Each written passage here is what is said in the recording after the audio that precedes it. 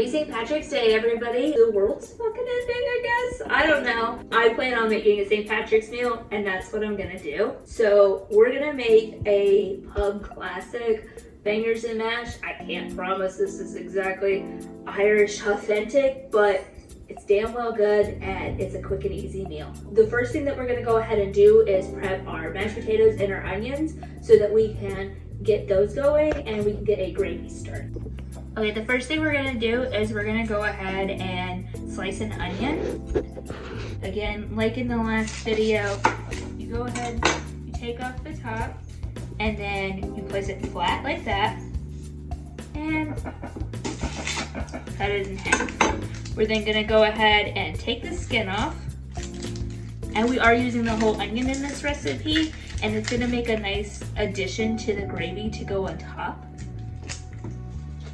And again, with a lot of Irish, English, Scottish food, it's gonna be a little heavier, but if you haven't noticed, their beer's pretty heavy too. It all makes sense in the end. All right, so we're gonna go ahead and we're gonna slice it, and we're gonna do strips. We're not dicing today. So, like always, don't cut all the way to the end, and just make nice little slivers, keeping your fingers curled in, your knife sharp, and ready to go. See, we've got nice little slices going. And you can just kind of break these off at this point because I don't really have an end on this one. We'll go ahead and do this again for the other side. And because I didn't cut it exactly in half and it's a little thicker on this side, we're gonna go ahead, we're gonna hold it. We're just gonna shimmy a knife about halfway through, or even hold it like this if you don't feel confident in yourself, just so that they're not so thick. So again, just gonna do some quick little slices, and cut off the end.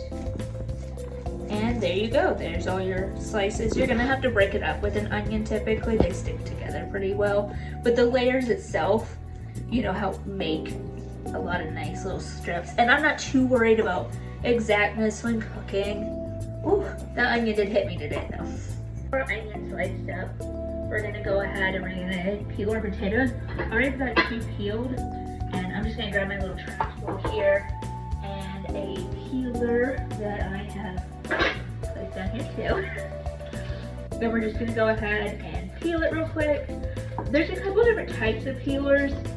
I just recommend one that's got a good handle to hold, that's like this. The Y-shaped ones are really good for like carrots and stuff, but this is just what I prefer. Again, make sure before you even start peeling it that you do wash your potatoes, throw in the dirt, put it in a bag, the dirt's still on it.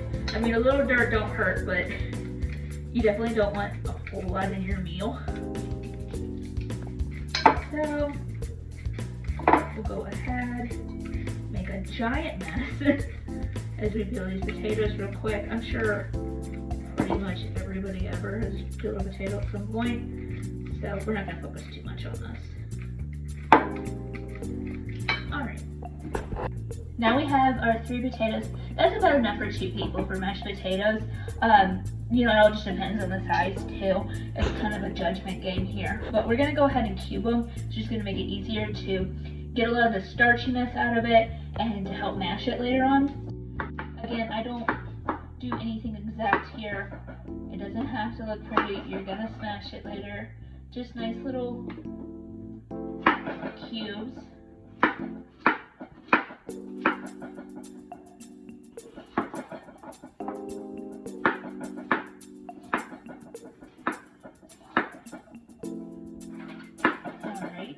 So there we go, we've got those medium pot with a little bit of water in it, and we're just gonna go ahead and throw our chunks of potato in there real quick. And you don't want a whole lot of water, you just want it to just barely cover it.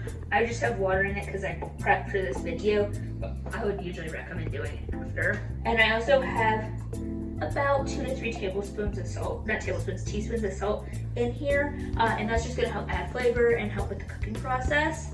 We're gonna go ahead and we're gonna put it on the back burner here on medium-high heat, you kind of want it to come to a boil first, and then just drop it down to a simmer for about 15 minutes or until it's fork tender. Fork tender basically just means that you can stick a fork through it real easily, or even smash it a little bit, so that way we can go ahead and mash. Okay, so now that we have our potatoes going and they're just gonna come up to a boil and simmer, we're gonna start on the bangers, which is just sausage. I just have a pack of bratwurst here, just your standard pack you'll find in a store. We're gonna go ahead and we're gonna put my Dutch oven. You can do a large skillet or even a large pot, whatever you have at home. And I'm just gonna go ahead and set that on medium-high heat. And what we're gonna need for this, our special ingredient of the day, is Guinness. We're gonna need about 1/4 of a cup for this, and we're also gonna need a little bit of extra virgin olive oil. So let's go ahead and we'll move over there and we will set this up. Okay, so we're just gonna go ahead and we're just gonna lay the sausages in here.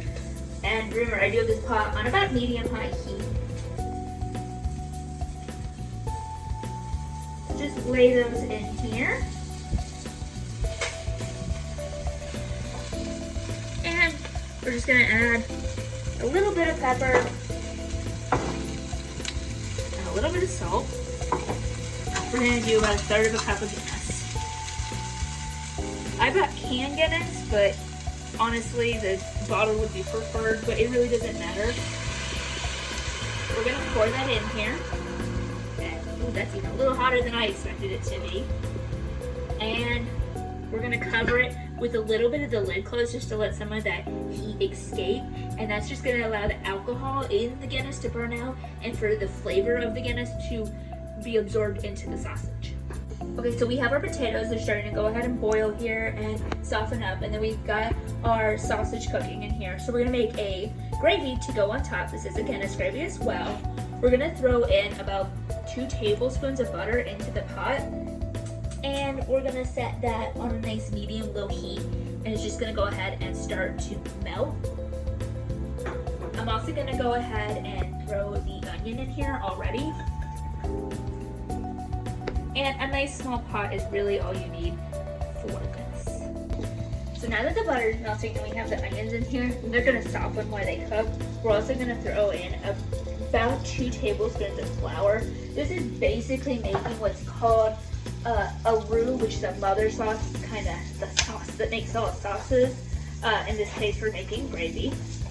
And we're just gonna go ahead and mix those together until the flour kind of turns golden, and you'll see it in here. This is a lot of onion for this, but you want kind of those stronger flavors for this recipe, because again, we're cooking with a very strong tasting beer as well. So now that we have that in there and the flour has turned a nice little golden brown color, we're gonna go ahead and add a cup of beef broth to the recipe as well in here. And we're just gonna pour, and we're gonna let that start to come to a simmer. Okay, so now that this is boiling, we're gonna go ahead and add a cup of Guinness. And I'm gonna get it everywhere because apparently I'm a mess today. And we're just gonna go ahead and mix that all in. Give it a few minutes and it's gonna thicken up and it's gonna look really nice. So we're just gonna leave that to boil, and once it starts to boil, we're gonna bring it down to a simmer, just like we're doing with the potatoes here, and that's gonna allow it to start to thicken. Okay, so now that the sausage has been sitting here for about 10 minutes and all of the Guinness is really cooked down, we're gonna go ahead and flip these, just to allow both sides to get a nice even cook. And the nice thing about Dutch oven, much like cast iron, that's what it is, it's a cast iron that's been coated in enamel, is it really holds heat, so it allows it to cook well. It's definitely something that's worth investing in, but you don't necessarily need to have it. Okay, so we've gone ahead and we've drained the potatoes now that they're fork ready, and we're gonna go ahead and make mashed potatoes now. So I've got a cup of heavy whipping cream. Buttermilk works too. You want a thicker milk for this, just to help make thick, creamy potatoes. So we're gonna go ahead and pour that in there. And I do have the pot over just like the lowest temperature that my oven will allow. And then we've got the last 2 tablespoons of butter that we're gonna pour in there, or throw in there. And we're gonna go ahead and start the mashing process here in a second. But first you want to add just a tiny bit more salt because a lot of it did get out in that water and you don't want undersalted potatoes. So with your potato masher, you can also use like a fork or something that's going to allow you to smash the potatoes here, mash them. We're just going to go ahead and start working that. Like I said, I've got this stove on a pretty low temperature just to help kind of integrate everything and warm it up. And it's always going to feel like maybe you added too much, but remember you've got this pot on, so some of that water in the milk is going to dissipate. It's also getting absorbed by the potatoes with the butter too that's being melted, and this is going to make just the creamiest, butteriest mashed potatoes, and which is really kind of how I prefer it. You could also do this with red potatoes. Red potatoes you can leave the skins on and add a little bit of parsley just for like a little bit of color, but it looks like we have our mashed potatoes. The sausages have been cooking here for a little while, and as you can see in here, all of the Guinness is cooked up and it's created this nice brownness on the bottom. What we're going to go ahead and do is we've got a acidic red wine vinegar. You want something that will cool up what's called a fond off the bottom. So I'm just going to go ahead and just do a nice little swirl around here. And using my tongs, I'm going to go ahead and just kind of move everything around. And this is just going to take up a lot of the extra flavor on the bottom. If you have any Guinness left in your can, you can also put that in there. Beers, alcohol, in general, vinegars, they're all an acid, which is going to help pull that up. But I do like the red wine vinegar because it's just going to add a little bit more flavor. So now that this has all been kind of pulled up and we're coating the sausages in it, we're going to go ahead and move them to a platter and just let them sit for a few minutes just to cool off. Okay, so now that we've let the gravy go ahead and thicken here, and when I mean thicken, I mean it's going to easily cover the back of a spoon. It's okay if it still kind of drips a little bit, you want that. We're going to go ahead and start plating. Now, my recommendation when plating mashed potatoes is actually using an ice cream scoop. I use an ice cream scoop more for potatoes than I do ice cream. But it helps just kind of gather it up nice and easy, kind of makes it look nice on the plate too. If you put like a super round scoop, it makes like a little dome. But again, it doesn't matter that much. And we're just gonna go ahead and put those in the middle of the plate.